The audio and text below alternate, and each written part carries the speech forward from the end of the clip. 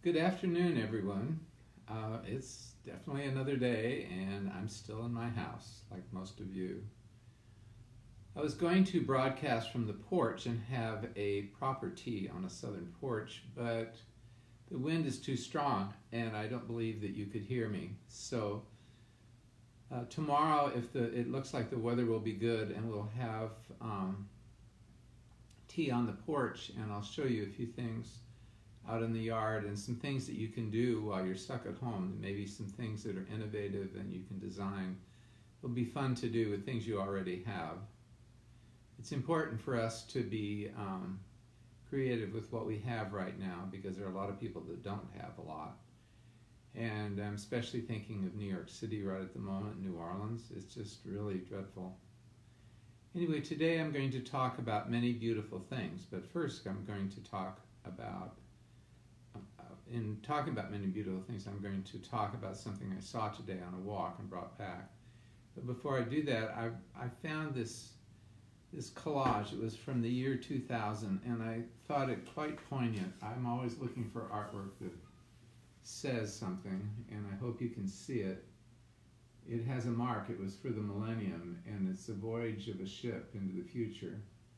And the unique thing is that the mirror is broken, and I thought that was really a powerful, you can kind of see it's broken up here and it goes all the way down. It's just symbolic of our century right now, the new millennium. So this is called the Voyage of Life, and it was done for the 2000, made in Italy, of course, where there is a lot of brokenness right now.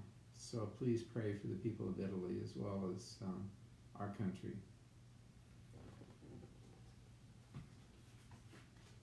So this collage, it's actually a bas-relief casting of the voyage with palm trees and so forth, coconut palms. It reminded me of something at the National Gallery that I've seen several times and have given tours of. It's Thomas Cole's Voyage of Life. It's to the left as you go down the main corridor in the National Gallery toward the garden from the entrance nearest the modern wing. The Voyage of Life is a series of 4 large paintings. It was done in 1842, and it was an allegory of the 4 stages of human life. And if you'd like, you can look it up online. There's a Wikipedia on it. It's called The Voyage of Life, a series of 4 paintings created by Thomas Cole. The paintings depict child, youth, manhood, and old age. They depict a voyager who travels in a boat on a river through 19th century America wilderness. In each painting, the voyager rides the boat on the river of life, accompanied by a guardian angel. It's really a moving series. You should see it. You can see it online for sure. Some of you may have reproductions of it. The landscape, each reflecting the 4 seasons of the year, plays a major role in conveying the story. With each installment, the boat's direction of travel is reversed. It's going one way, then it goes back again and back. From the previous picture, they're hung in a rotunda in a series, so you walk around them. The infant glides into a dark cave, into a rich green landscape. Then the youth takes control of the boat and aims for a shining castle in the sky, and it's like something out of Narnia. It's like this vision, or the Prince Charming. Manhood, the adult relies on prayer and religious faith to sustain him through the rough waters and a threatening landscape. I'd say that's where we are now. We are in manhood. And we need to pray and to seek out people who might need encouragement or help in any way we can. Then finally, the old age. As a man becomes old and the angel guides him to heaven across the waters of eternity, and he's reaching out toward heaven. They're just really amazing paintings, and I'd encourage you to look them up at home on your computer. Well, today I just needed to get out of the house, and I decided to take a walk. There's There's a beautiful walk not too far from here that goes up to almost to the top of the mountain.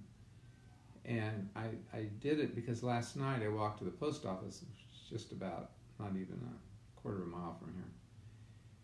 And the night was so beautiful. I was walking out in the middle of Route 50, which is always busy, and there was absolutely no one there, just no one. And I looked up and I saw stars I've never seen. It was so clear, and it reminded me of when I was really young in Southern California back in the 40s and early 50s. There was no smog. That came a little bit later. And the air was so beautiful and clear at night. And so I thought, well, today I'll take a walk. And there's a lot of wind, so I took a walk today and went up to the top of this ridge and looked out over the mountain, the foothills and mountains toward Leesburg. It was so beautiful. And walking up there reminded me when I was young, I used to have asthma. And the only way I could get over it was to be put in the back seat of an old 49 Chevy, which had suicide doors. And we would, or it wasn't a Chevy, it was a Plymouth. And we went up to the mountains, and usually my mom would make a bed in the back of the car because I almost died from asthma 3 times. And by the time I got up to the top of the mountain, the asthma started to go away, and it was the clear air. So by the time we had lunch or afternoon dinner, I was fine and I could come back, and then I was okay for a while. So that's what we're doing today. Sorry about the thermos and the walking gear. I took 9,000 steps going up there and back. I was kind of proud of myself. Today is about many beautiful things. Some of you know about this, but I was in this film. I played the part of John Ruskin. It's called Many Beautiful Things, and it's the life of Lilias Trotter. It's a really wonderful documentary film, and I did not dream sequences, but visual references for what was being narrated and from her writings. I happen to have a copy of her journals, and the story about the film is amazing. They had not been able to find the journals. They did find some letters from Ruskin to Lilias. She was the last artist that Ruskin mentored before he died. And here is one of her, these are some of her botanical sketches. They're really lovely. Sweet peas on the left, and I'm not sure what's on the right. The reason I thought of these, there's a in one of the films or in another book I have, there's a beautiful watercolor botanical she did of desert lilies, and she uses the scripture about the desert will bloom like a rose, and then there's something about consider the lilies. And so I thought of that today. So I was looking at this, and as I was walking, I interacted with some things that seemed poignant for today. By doing that, I remember, not that you're interested, but I remember that when I was in high school, I had to get a job at a florist. This is how our careers happen. I had to get a job. I needed a job, and so for the summer I worked at a florist. He's a friend of our family. He was very neurotic and hard to work with, but he taught me how to do floral design. I never wanted to be a florist. I hated it because you always had to work every time there was a holiday. You had to work twice as hard. And it was just too much. I just didn't like it. I wanted to do something more intellectual. So, but I realized that what I learned in high school and just before that prepared me for having a gallery, because what I did is I would learn how to have line and form and how to design a bouquet. I started talking about that the other day, and one day I'll do a whole one. Hey Tom, glad you're here. So I, maybe next week we'll do some flower arranging. Tomorrow we're going to be out on the porch with a very civilized tea and show you some things out there. But walking around today, I came on this field and I saw these flowers. They were, they're sort of dried, but sort of not. And it just reminded me, hi Hugh, it just reminded me of our present situation we're in, where people are very fragile and dying. And this just seemed like a memorial to those who we've lost. And what I love most about it, the reason I connected it with Lilia's Trotter, is this vase was given to me. It's a Japanese vase, and it looks like a white desert lily, kind of wrapped around the earth with the gold, and it's from Japan. It's really beautiful. I use it as an inkwell, but it could be a vase, and today I'm using it to put these, and I'm putting them in my prayer room, and I'm using that to remember people who are suffering today.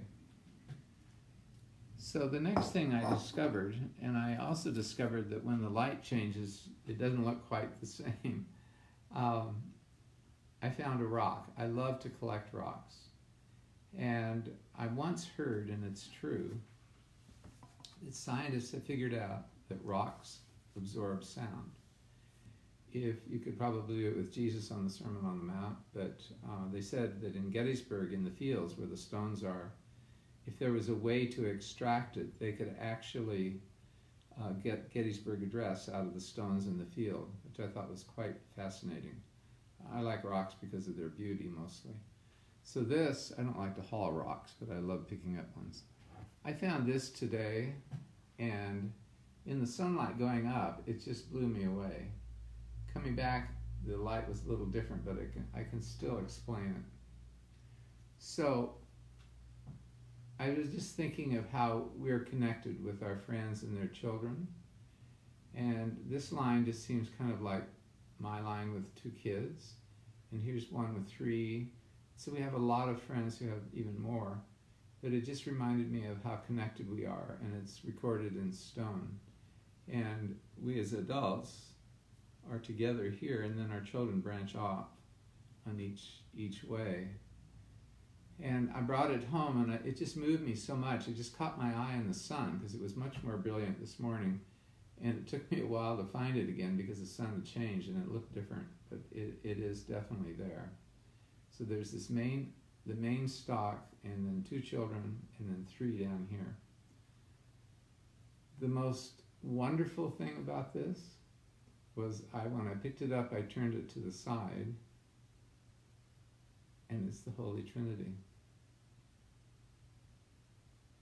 I just think it's so wonderful. It shows us how we're all connected through Christ. And I just wanted to share that with you today, because I know a lot of you are really worried about dying or being afraid to go out. And I just think this is a really wonderful point of stability for us. And I just thought I would share that with you today. I hope you like it. And if you have any comments or questions, I would be glad to show them to you or talk to you about them. Lilia's Trotter lost her father when she was very young. There's some more of her illustrations, and these are in Algiers in Africa. Well, this is Switzerland. She went with Ruskin there to sketch. And then there's, if you can see, there's a small drawing of a child. She was part of the Great Awakening that happened in the Lake District in the 19th century. The Hudson Bay Company and all that came out of missionary effort to go around the world in Britain. And she was there with her mother took her there, and she went there with her mother, and there was a man there was a very powerful work in this service, and this man got up and said, there's someone here called to Algiers, and she heard God's voice and decided to do it. She had frail health, she had a heart condition. Her father died when she was very young. Her mother was very supportive. Her mother eventually introduced her to John Ruskin in, I believe it was Venice or Florence. I think it was Florence, Venice or Florence. And John Ruskin took Lilia's Trotter as his last student before he died. And in his letters, it's recorded that he felt that she would be one of the great living artists of the 19th century, women artists. But she went through, the film shows the struggle she had, and in fact, the card shows her laying in nature, asking God to show her, and her finally coming to her decision to go to Algiers.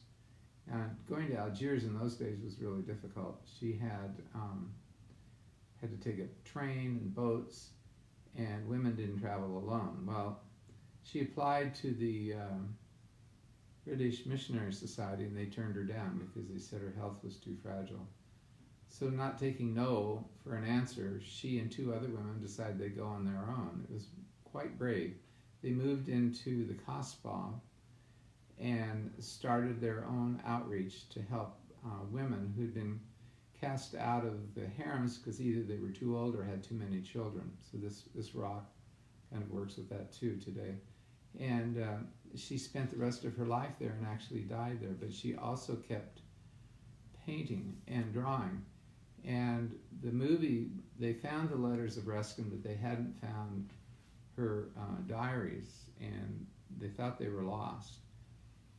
And her brother, who is the person who kept track of the missionary society and the money and everything, passed away. He lived in the Cotswolds, and they had a house rumble sale or jumble sale, house auction.